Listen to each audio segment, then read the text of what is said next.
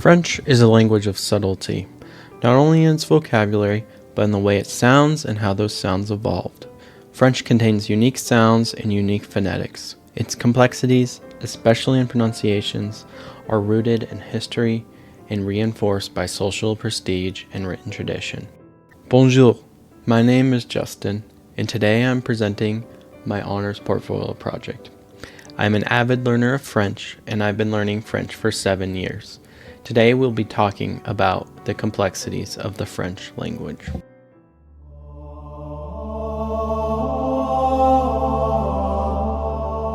Modern French descends from Vulgar Latin, as it was spoken in Roman Gaul. Gaul was a part of Western Europe around modern-day France that was inhabited by Celtic tribes. Gaul was conquered by Rome in 121 BC. Vulgar Latin was a dialect of Latin that was used in everyday speech by the middle class. It was not fixed in the way that classical Latin was, whether in spelling, grammar, or vocabulary. Over centuries, spoken French diverged from Latin, absorbing influences from the now extinct Gaulish. The Gauls had a significant impact on the unique sound of French. French has unique spelling compared to other Romance languages. Pronunciations often don't reflect their spelling. French inherited conservative linguistics from classical Latin. Writing and preserving correct Latin was considered prestigious. In the first millennia, most people were illiterate, so it was mainly upper-class individuals writing, and this often correlated to those writing classical Latin. As the French language diverged from Latin, those who wrote in Old French attempted to preserve the characteristics of Latin out of prestigiousness. Classical Latin forced its spelling onto French even when the language was pronounced differently. Eventually, written French diverged from classical Latin, but this happened much slower than the divergence of spoken French. French continues to be a conservative and complex language, always hesitant and skeptical of changing. French evolved through centuries of cultural influences, sound change, social prestige, and written conservatism. The tension between evolving speech and written tradition created a language whose spelling carries the weight of history. These deep historical layers form the foundation of French complexity today. Complexity that learners continue to feel every time a word looks one way and sounds like something entirely different.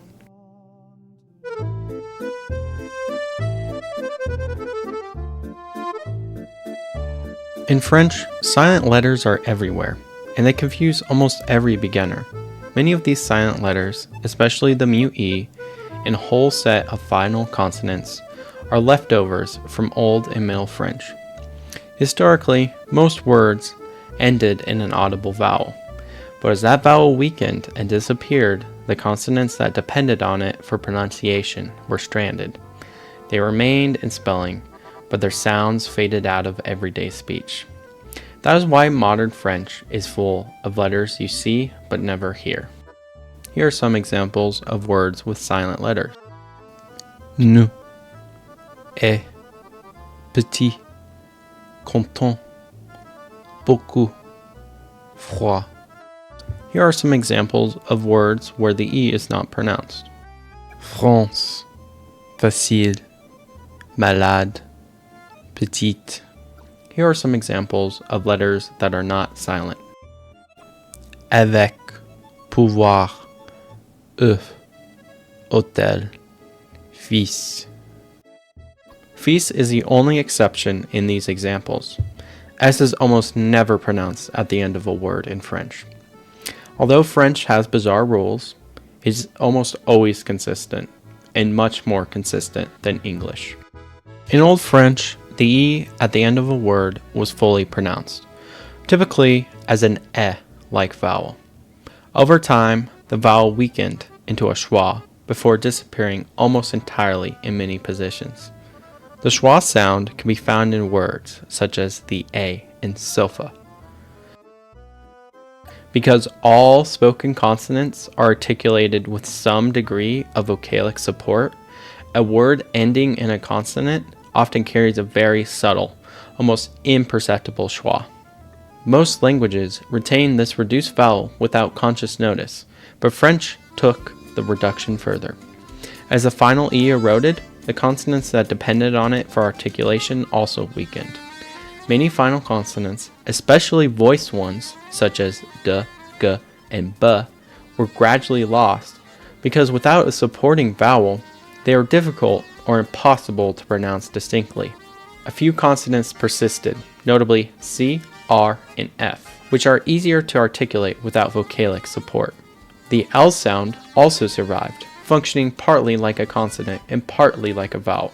Cultural, phonetic, and orthographic forces together shaped this pattern, leading French to retain some final consonants while abandoning others. The letter E in French basically evolved into a requirement to pronounce a consonant, but is no longer pronounced itself today, except in songs.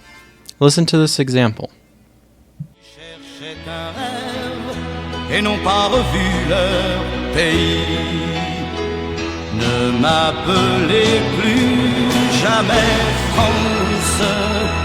La France, elle m'a laissé tomber. Ne m'appelez plus jamais France. C'est ma dernière volonté. In a way, the language recognizes the reality of phonetics, but is also just a sign of the resistance to change in the language. Overall, silent letters give character to the French language. One of the most fascinating consequences of these silent letters is the liaison. In French, a consonant at the end of a word may suddenly wake up and be pronounced if the next word begins with a vowel. Listen to this example. Les amis. Les amis. Les amis. Vous avez. Vous avez. Vous avez. Deux enfants. Deux enfants. Deux enfants. Silent letters explain why liaisons exist in the first place. A consonant needs a following vowel to come out clearly, and if the next word provides that vowel, the consonant can essentially borrow it. This means French words aren't fixed units. They shift depending on their neighbors. It almost implies that consonants are still there in the spoken language, serving a purpose, but in most cases aren't significant enough to be worth pronunciation. Liaison makes French pronunciation dynamic and unpredictable, and the same word can sound different depending on the context. French also has distinctive sounds that add to its complexity. The French R changed dramatically from Latin. Once a trilled R, like it eventually shifted through social and regional influence to the uvular guttural R, heard today like and of course, French nasal vowels, add another layer of uniqueness. These vowels resonate through the nose and are unlike the vowels of English, making them especially tricky for learners. All of these features, silent letters, liaison, guttural R, and nasal vowels, give French a unique complexity. With its writing system, it often preserves echoes of the past rather than instructions for modern speech. And with liaison constantly reshaping word boundaries, pronunciation becomes a moving target. Learning French means adapting to these shifting patterns and understanding how history, culture, and phonetics intertwine. This complexity is part of what makes French challenging, but also what gives the language its unmistakable elegance.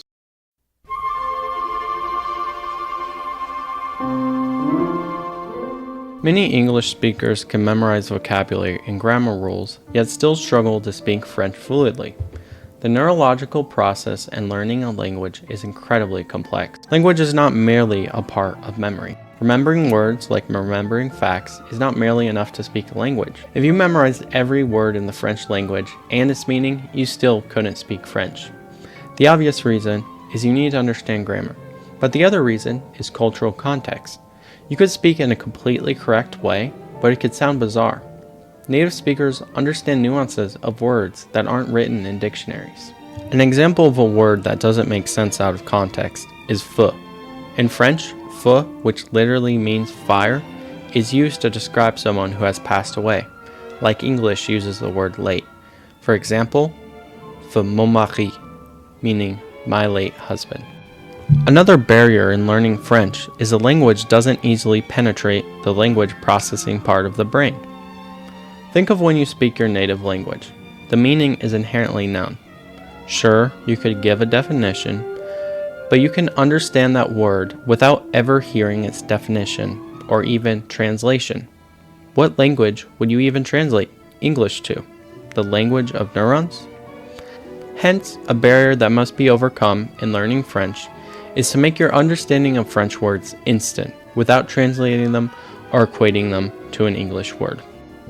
This diagram from Kroll and Stewart's show the two ways to understand a language.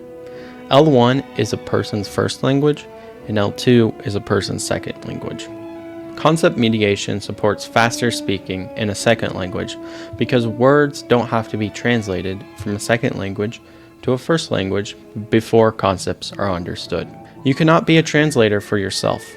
Beginners often start off this way, memorizing a translation dictionary and effectively speaking English and using the dictionary as fast as possible so you can speak French. To achieve fluency, you must ditch this method. You must remove English as a middleman in speaking French. Immersion is the best method to learn French. It helps because it forces fast, repeated mapping between words and contexts. So words become direct triggers of meaning rather than English translations. Research on immersion and proficiency support large gains from sustained, authentic exposure, though timelines vary by learner intensity and goals. The U.S. Foreign Service Institute estimates roughly 600 to 750 classroom hours for a Category 1 language, such as French, to reach professional working proficiency, a benchmark that helps set realistic expectations for learners. French feels uniquely difficult, not because it is illogical, but because it requires a mental shift. It's a language heavily dependent on cultural context. Fluency in French emerges only when language processing becomes automatic. A deep neurological process underlies every step of learning. This combination of cultural nuance, cognitive restructuring, and linguistic adaptation makes learning French a deeply complex process.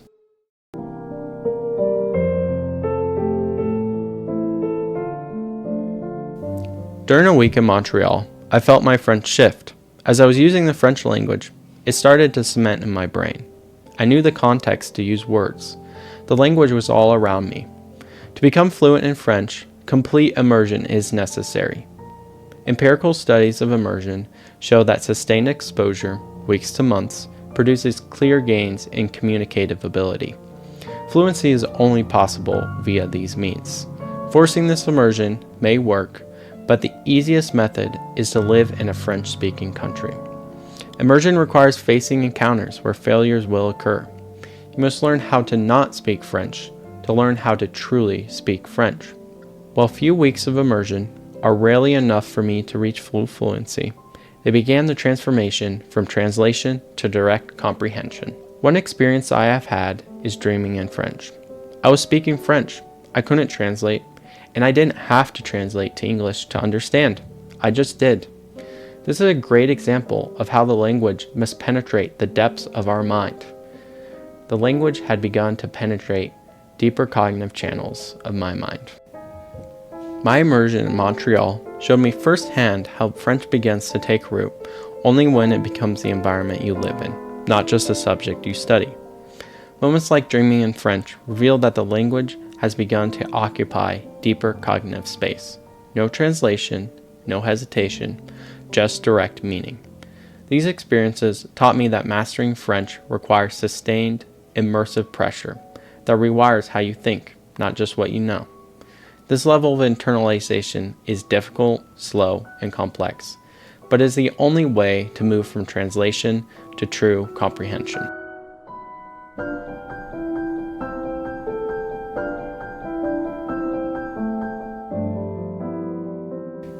The complexities of French, its historical spelling, its shifting phonetics, its cultural nuances, and the cognitive transformations it demands, reflect centuries of linguistic evolution and necessitate hundreds of hours of learning.